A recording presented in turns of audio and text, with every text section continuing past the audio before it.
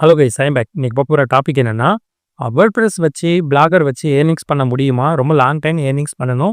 அதுவும் இல்லாம கூகுள்ல எந்த அப்டேட் வந்தாலும் நமக்கு ஏர்னிங்ஸ் மட்டும் டவுனே ஆகக்கூடாது. அப்படின்னா என்ன பண்ணணும் அப்படின்னு சொல்லி தான் உங்கள்கிட்ட சொல்லப் போறேன். நீங்க வந்து லைக் யூடியூப் சேனல் ரன் பண்ணாலும் சரி, Facebook வச்சிருந்தாலும் சரி, Facebookல கூட கண்டென்ட் மானிடைசேஷன் நிறைய பேருக்கு கிடைக்குது. கிரைட்டீரியாவே கிடையாது.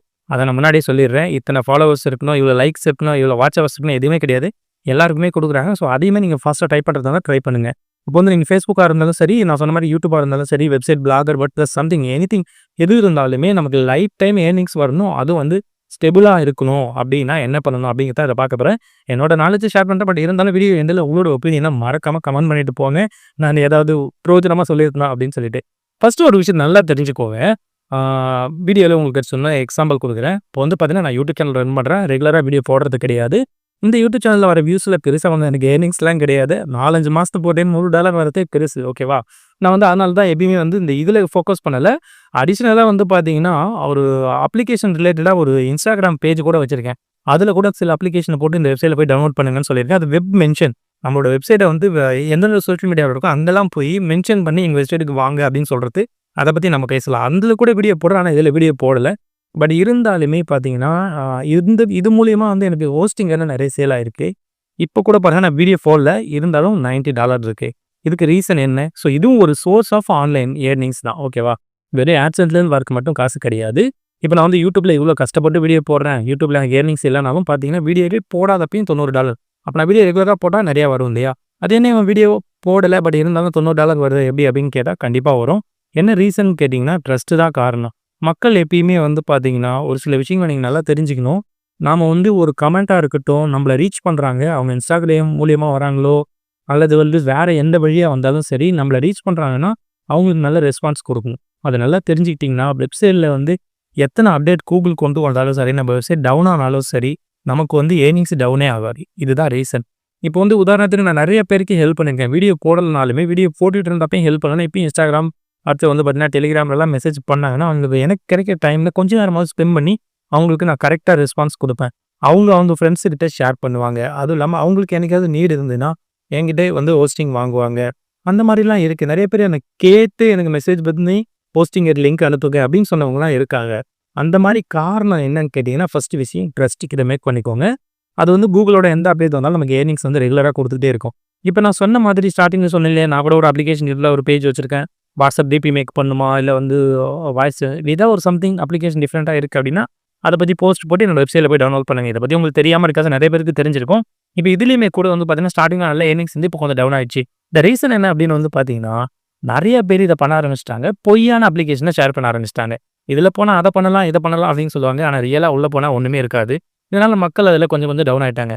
ஆனால் எனக்கு தெரிஞ்ச ஒரு விஷயம் வந்து ட்ரஸ்டடாக இருக்குது அப்படின்னா ஜாப் வெப்சைட் ரொம்ப நான் பார்த்த நிறைய விஷயத்தில் பார்த்தீங்கன்னா ஜாப் வெப்சைட் ஏஐ கண்டென்ட்டையும் அடித்து தூக்கிட்டு போயிட்டே இருக்கு. ஏன்னா ஜாப் வரக்கு புதுசாக ஒரு நோட்டிஃபிகேஷன் வரும்.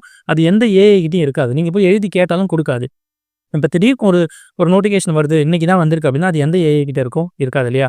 நாம் எழுதினா தான் தெரியும் அது எவ்வளோ வேகன்சி, என்னைக்கு அப்ளை பண்ணுற டேட் அப்படின்னு சொல்லிட்டு அந்த மாதிரி பேஜ் நல்லா ரேங்க் ஆகுது.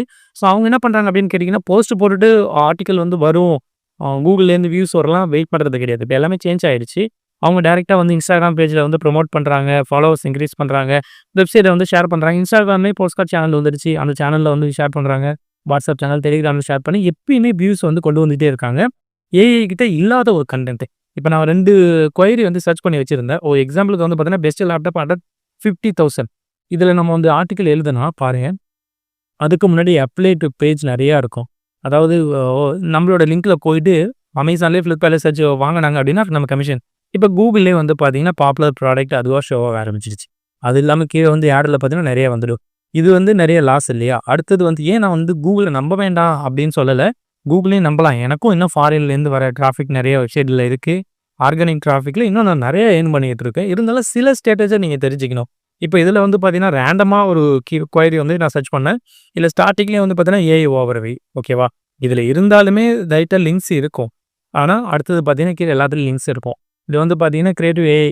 இது வந்து ஏஐயில் சில தவறுகள் இருக்கும், புரிஞ்சிக்கணும் அப்படின்னு சொல்லி சின்னதாக எழுதியிருப்பாங்க. ஆனால் நம்ம எடுத்தோடனே பார்த்துட்டு இதை பார்த்துட்டு என்ன பண்ணோம், இந்த லிங்கை கிளிக் பண்ணி போயிடுவாங்க. கீழே வந்து கிடையாது. இந்த கான்செப்ட் வந்து இதுக்கு முன்னாடி ஃபீச்சர் ஸ்னிப்பெட் அப்படின்னு ஒன்று இருக்கும். நீங்கள் ஃபீச்சர் ஸ்னிப்பெட் 0 ரேங்கிங் அது தெரிஞ்சாலே உங்களுக்கு தெரியும். ஃபீச்சர் ஸ்னிப்பெட்னா என்ன அப்படின்னு சொல்லிட்டு கூகுள்ல சர்ச் பண்ணா தெரியும். இல்ல ராக்கர்மிஸ் டீச் ஃபீச்சர்ஸ் ஸ்னிப்பெட் அடிச்சீங்கன்னா தெரியும். 0 ரேங்கிங்ல நம்மளோட போஸ்ட் இங்க காட்டும். இப்ப அத டோட்டலா எடுத்துட்டு என்ன பண்ணிட்டாங்கன்னா, ஏஐ ஓவர்வியூ குடுத்துட்டாங்க கூகுள்ல. இருந்தாலுமே ஜெமினில ChatGPT மூலியமாவே நமக்கு வந்து டிராஃபிக் வருது. இதே மாதிரி ChatGPT எல்லாருமே மொபைல் அப்ளிகேஷன் வச்சிருக்காங்க. அங்கேயும் கூகுள்ல கேட்கற மாரி கேட்டாங்க அப்படின்னா, ChatGPT என்ன பண்ணுதுன்னா, அதுக்கு ரெலவென்ட்டா எந்த ஆர்டிக்கிள் இருக்கோ பெஸ்ட்டா, அத எடுத்துட்டு வந்து இந்த மாரி ஓவர்வியூ குடுத்து, இந்த மாரி லிங்க் செக்ஷன் குடுத்து, அத கிளிக் பண்ணி நெறைய பேர் வெப்சைட்டுக்கு வராங்க. ஸோ, ஒரு சோர்ஸ் ஆஃப் டிராஃபிக்ஸ் ஒரு பக்கம் குறைஞ்சதுன்னா, ஜெமினை அடுத்தது வந்து பார்த்தீங்கன்னா, ChatGPT இந்த மாரி ஏஐல வந்து பார்த்தீங்கன்னா, நம்மளோட வெப்சைட் வந்து தானாவே ரெஃபர் ஆகுது. அதையும் நீங்க தெரிஞ்சுக்கணும். பட் இருந்தாலும் ஸ்டெபிளா எப்பயுமே வந்து எதையுமே ஒரு டிபெண்ட் பண்ணி நம்ம ஏர்னிங்ஸ் இருக்கக்கூடாது. கூகுளையோ மத்தவங்கள நம்பி இருக்கக்கூடாதுன்னா, சோசியல் மீடியாவ பில்ட் பண்ணுங்க. தயவு செஞ்சு சோசியல் மீடியா பக்கம் போங்க.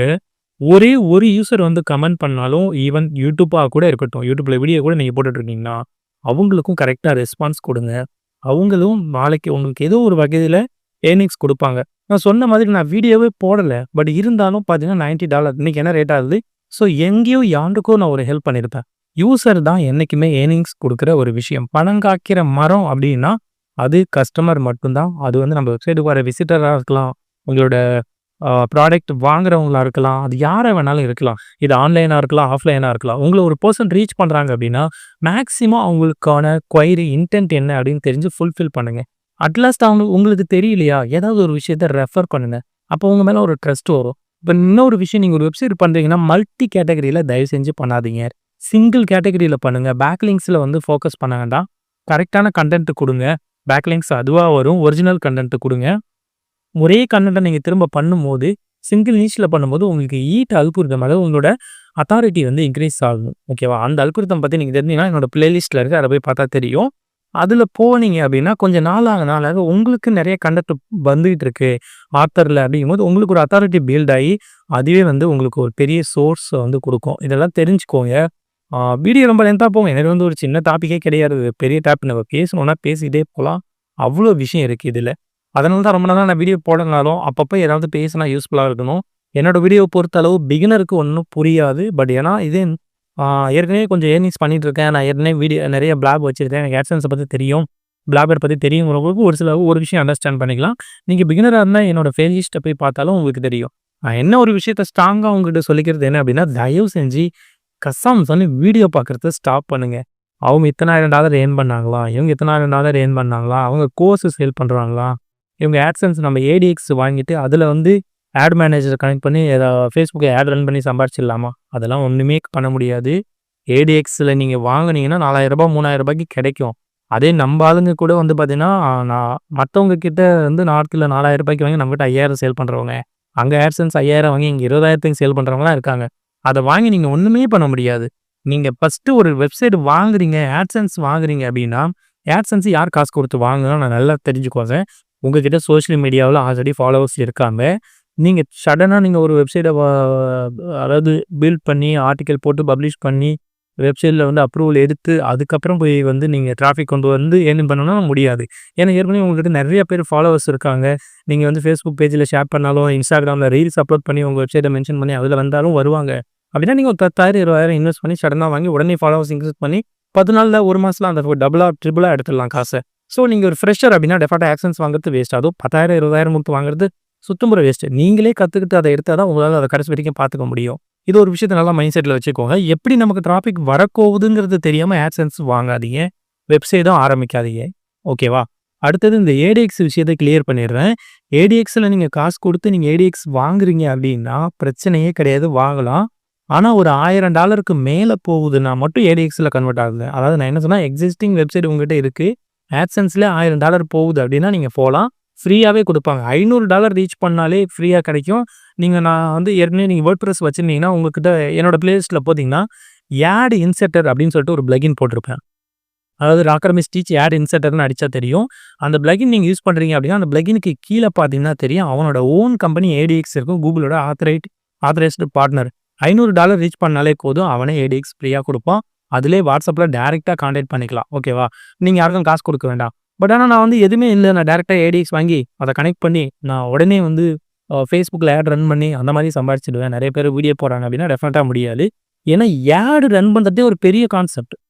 ஏன்னா நெறைய ஏஜென்சிஸ் இருக்கு. Facebook ஆட் ரன் பண்ணி குடுக்க, அடுத்தது வந்து கூகுள் ஆட்ஸ் ரன் பண்ணி கொடுக்க. தேர்ட் பார்ட்டி ஆட்ஸ் நெறையா இருக்குது. அது இல்லாமல் ரிச் ஆடு, பாப் ஆட்ஸு ஏதோ ஒண்ணு நெறைய பேர்ல ஆட்ஸ்லாம் இருக்குது. அதில் வந்து பாதி வந்து ஒரிஜினல் டிராஃபிக், பாதி போட் டிராஃபிக். அதாவது பார்த்தீங்கன்னா, போட் டிராஃபிக், ஏஐ டிராஃபிக் அனுப்பிடும். இதனால வந்து ஏடிஎஸ் அக்கௌண்ட் டிசேபிள் ஆகிடும். அப்படியே நீங்கள் வந்து ஜென்யூனா டிராஃபிக் அனுப்பணும்னாலுமே கூட ஒரு 10,000 செலவு பண்ணி ஆடு ரன் பண்ணுறீங்க அப்படின்னா, அந்த ஆடுக்கு 10,000 செலவு பண்ணால் உங்ககிட்ட ஒரு 30,000மாவது நீங்கள் வரணும். அதுக்கான நாலேஜ் உங்களுக்கு தெரியணும். வரவங்க பவுன்ஸ் பேக் ஆகக்கூடாது. நீங்க பண்ற ஆர்டிக்கிள் வந்து ஆட் ரன் பண்ணும்போது, அந்த ஆர்டிக்கிள்கான சிபிசி என்னன்னு செக் பண்ணணும்.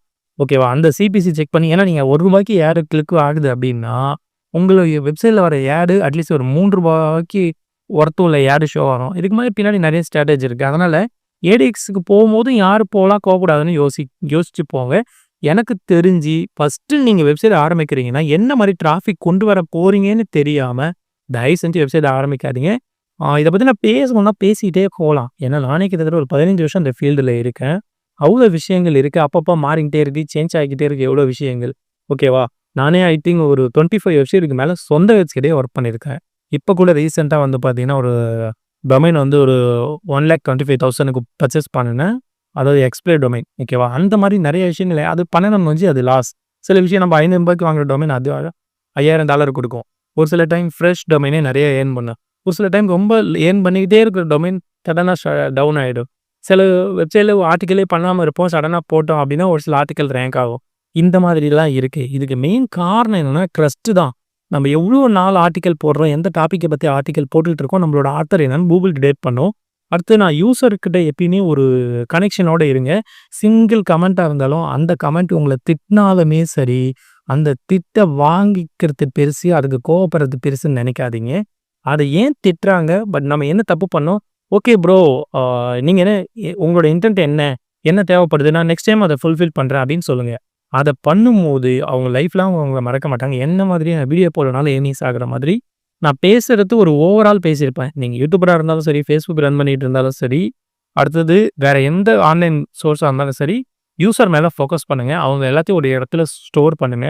நீங்க வந்து Instagram ரீல்ஸ் ட்ரை பண்ணுங்க. ஐ திங்க் ஜாப் வெப்சைடு மத்த இந்த மாரி அப்ளிகேஷன் ரிலேட்டடா இல்ல ஏஐ எடிட்டிங் பத்தி அந்த மாரி ரீல்ஸ் போட்டு அவங்களோட வெப்சைட்ட மென்ஷன் பண்ணி கொண்டு வாங்க. அதுவே ஒரு நல்ல ஸ்கோப் தான். ஏன்னா அதுக்கு வந்து பார்த்தீங்கன்னா, உங்களுக்கு கன்டென்ட்டும் தெரிஞ்சுக்கணும், வீடியோ நாலேஜும் இருக்கணும். இது 2மே தெரிஞ்சா ரொம்ப யூஸ்ஃபுல்லா இருக்கும். எனிவேஸ் இந்த வீடியோ பத்தி உங்களோட ஒப்பீனியன மறக்காம கமெண்ட் பண்ணுங்க. ஏதாவது ஒரு விஷயமாவது கத்துக்கிற மாரி பேசியிருக்கேனா, இல்ல சும்மாவே பேசிட்டு போயிட்டேனான்னு தயவு செஞ்சு சொல்லுங்க. தேங்க் யூ ஃபார் வாட்சிங்.